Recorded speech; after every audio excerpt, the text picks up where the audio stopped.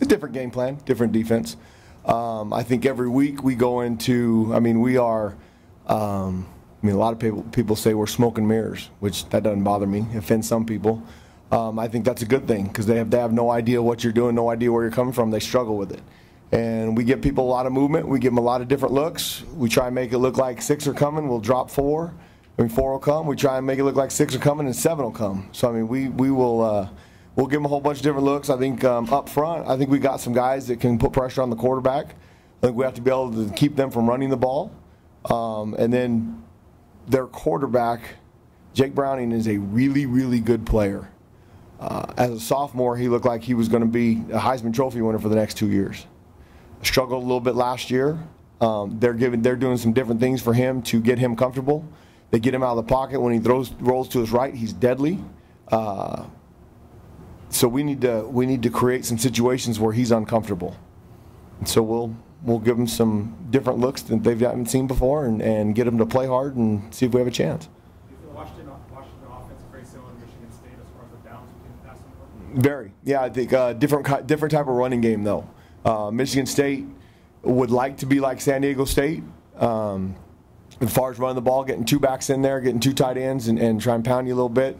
Washington will do a lot of similarities there, statistic-wise, balance-wise. They're 50-50 run pass, and they'll do it out of different formations. They like to run. They like to establish the run to set up some of their play action stuff. Get Jake out of the pocket a little bit and see if he can find his receivers. They've got really good receivers. I mean, they've got a couple guys that are real shifty and shaky and hard to cover in space, and then they got a 6'4" guy that goes up and gets the ball. So I mean, they've got it all, and then they've got really big tight ends, just like we saw last week. So it'll be a really good challenge. I mean, they're the 10th ranked team in the country for a reason. They're a really good football team. How would you assess the play here linebacking core so far, and what do you think they need to improve on? I think we need to continue to improve on assignments. We need to continue to improve on playing hard. I mean, we got a little bit tired on Saturday, and there's no reason to get tired when you rotate as many guys as we do. I still think the 2 freshmen, Darian and Merlin, are doing a phenomenal job for being true freshmen. Now that we've played a full quarter of the season, we'll see how much of a toll this is going to take on them. I mean, we around here we played 225 snaps of defense on defense in 3 games. That's for most teams the equivalent of 4 games. So those guys are getting a lot of experience. And they played almost every snap of those 225. So I'm proud of where they're at, but we've got to get a lot better still. And it's not just blitzing, off the ball coverage. I mean everything. They're okay at everything, but we need to be really good at everything. To follow up on that, how has Coach Pierce helped you with such a young man? I think Coach Pierce has done a phenomenal job. Coach Pierce is between his, being a high school coach at Long Beach Poly and being a coach with the New York Giants and then playing for 9 years in the league. He's got tremendous experience, and he relates really well with those guys. He still, all the schemes that we're seeing is stuff that he played against in the NFL.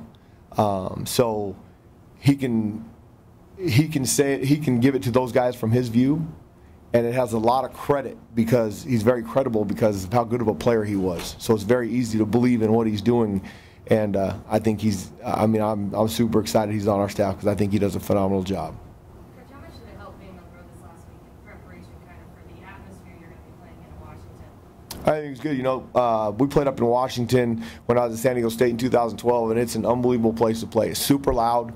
If the game is close, it's really, really loud. So I'm hoping it's going to be as loud as I've ever heard it. We won't have to deal with it that much because they're not loud when they're on defense. But our offense is going to have to deal with it. So I think their plan is to go inside tomorrow and use speakers and get it as loud as they possibly can to work on their communication. And we'll stay outside in the sun where it's nice and quiet and see what work we can get done. When you went back and looked at the film, what was the most disappointing part, or what was the biggest problem with the defense? Biggest disappointment was our lack of physicality in the second half. I've watched it probably 4 or 5 times for numerous reasons on both sides of the ball. I mean, I thought they did a great job. They had a good plan on defense. I think our plan going into it, and this is a perfect example of a scheme getting installed year 1, and where we'll be 2 and 3 years down the road. I made a mistake as a coach. The first half, I thought the game plan was really good. In the first quarter, they have 3 possessions. We make them punt all 3 times. They have 35 total yards offense. Second quarter, they get their first drive. It started at the end of the first quarter. They get their first drive. They get 75 yards. We make 2 critical errors, one on a 3rd down where it's 3rd and 9 and we're not playing coverage like it's 3rd and 9.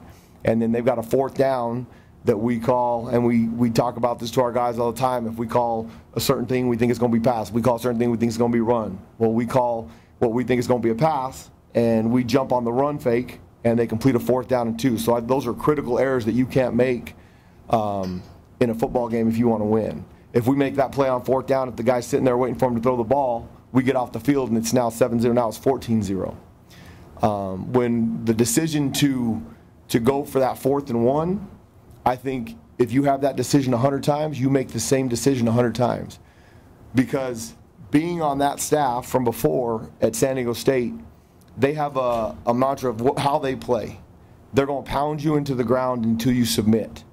And we're not quite built for that yet, as far as knowing how to do that for 4 quarters, because we don't. The advantage they have to that too is they see that every day in practice, so they get accustomed to that, and that's what we used to. When I was on that staff, we used to call it the barbarian horde. Bring those guys out and just pound them.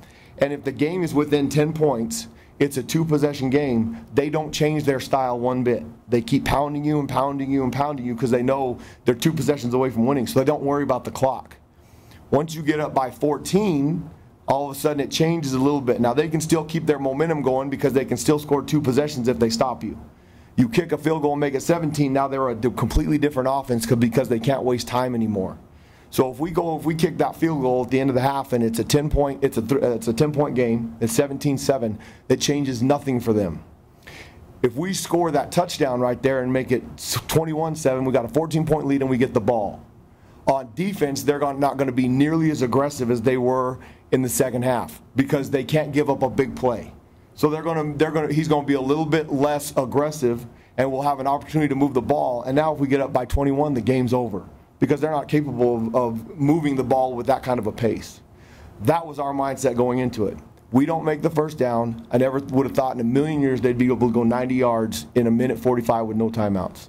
So that's a lack of experience on our part of we practice those 2-minute situations.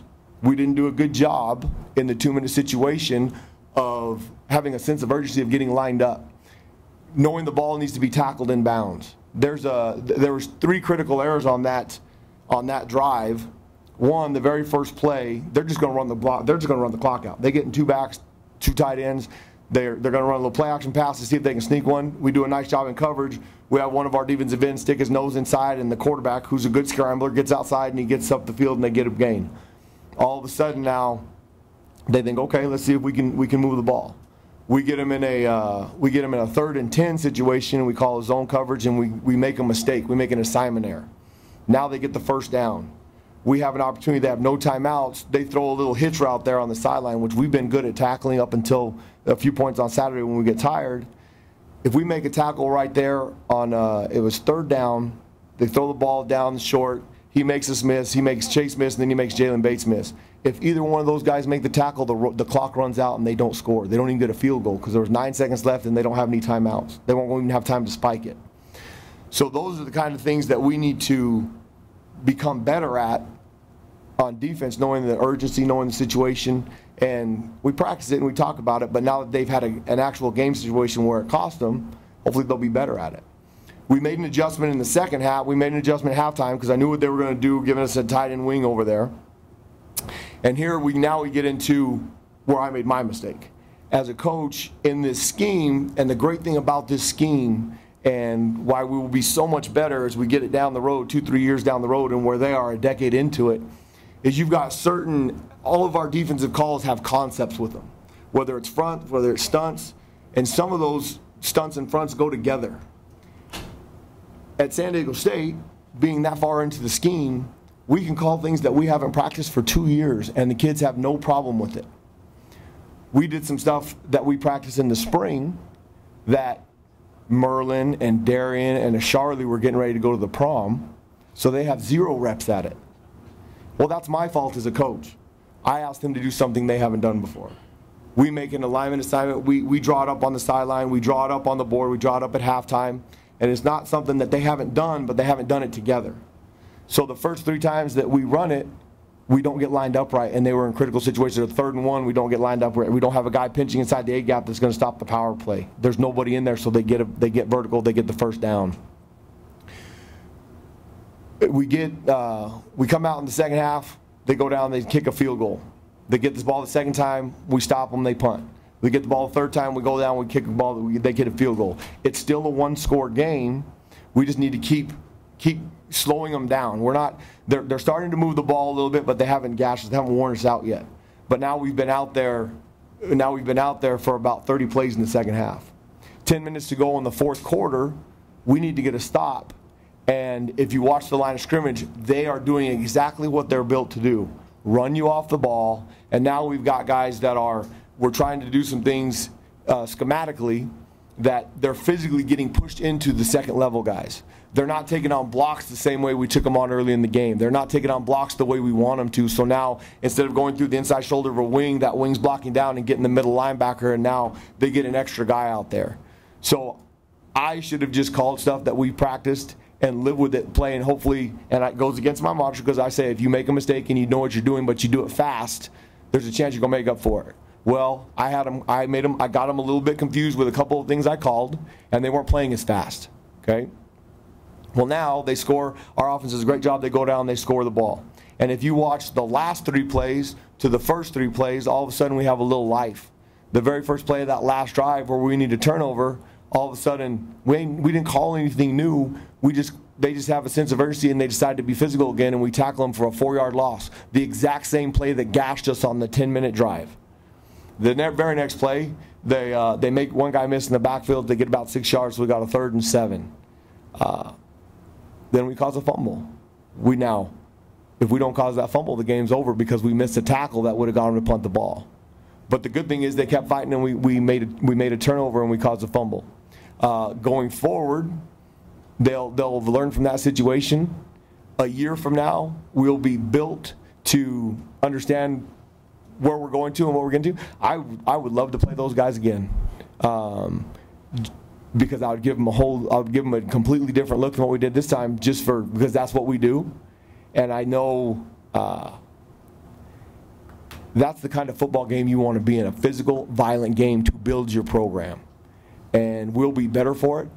A lot of those DBs that were playing out there on Saturday, they had no idea what they were getting into. They had no idea how violent it is. Now, we expect our DBs, like I said, we play cover 2, we expect them to make tackles to the line of scrimmage. They didn't quite understand that early. They wanted to sit back there and make sure things don't break. And we're not free safeties. We don't play with a free safety. That's why we call them a Tillman. We don't even call them a free safety, because we want to go out there and make sure they don't get a yard, not touchdowns. And we gave in a little bit in the second half. We physically, they out-physical us in the second half. We weren't outnumbered on the running plays when they had a puller. We weren't taking things on, and they would get an extra guy. But I was disappointed in the physical part of it, especially when I see the last 3 plays where we're physically taking it to them. Now, they probably relaxed and thought they had won the game. They hadn't. We had a chance to win. If Frank catches that ball, or if we catch the Hail Mary, who knows? Herm might go for 2, and we win or lose right there, or we go to overtime and take a chance stopping them. So. Time for one more question. Anyone has one? You guys don't seem like the play Michigan State's running. Jalen comes from the cross, knocks the guy around his next play. Yep. Correct. I think that's they're learning the expectation. We expect them to play hard. We expect them to practice hard and every day. We hadn't run pursuit in a couple weeks, and they made me mad because I thought they were lazy as heck during the second half of that game and during that 2-minute situation at the end of the half. So yesterday we went back to our spring ball roots.